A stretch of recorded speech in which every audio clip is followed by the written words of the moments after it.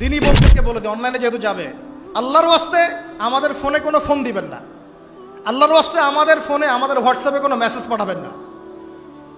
আর এমন এমন মিষ্টি ভাষার মেসেজ দেখলে মনে হয় যে মানে সব অসহায় মেয়ের দায়িত্ব নেওয়ার জন্য আমরাই আছি। আর সবার একটাই সমস্যা, আমার স্বামী ভালো না, আমার স্বামী ভালো, তার ধারণা যে তার স্বামী ভালো না, বাকিদের সবার স্বামী ভালো। নবী সাল্লাল্লাহু আলাইহি ওয়াসাল্লামের সামনে যখন কোনো মেয়ে এভাবে র্যান্ডমলি স্বামীর নামে অপবাদ দিত, মিথ্যাচার করত বা অভিযোগ আরোপ করত, আল্লাহ নবী সাল্লাল্লাহু আলাইহি ওয়াসাল্লাম রাগ হতেন।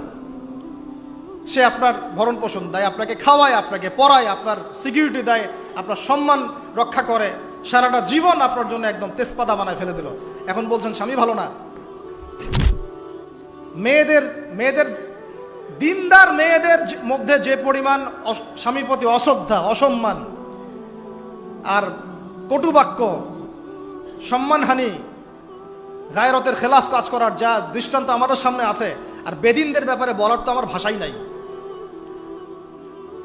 মনে করবেন না যে কেউ মাদ্রাসায় পড়লেই একদম দুধে দেওয়া তুলসী পাতা হয়ে যায়, না, ভুল ধারণা আপনার, কখনো নয়।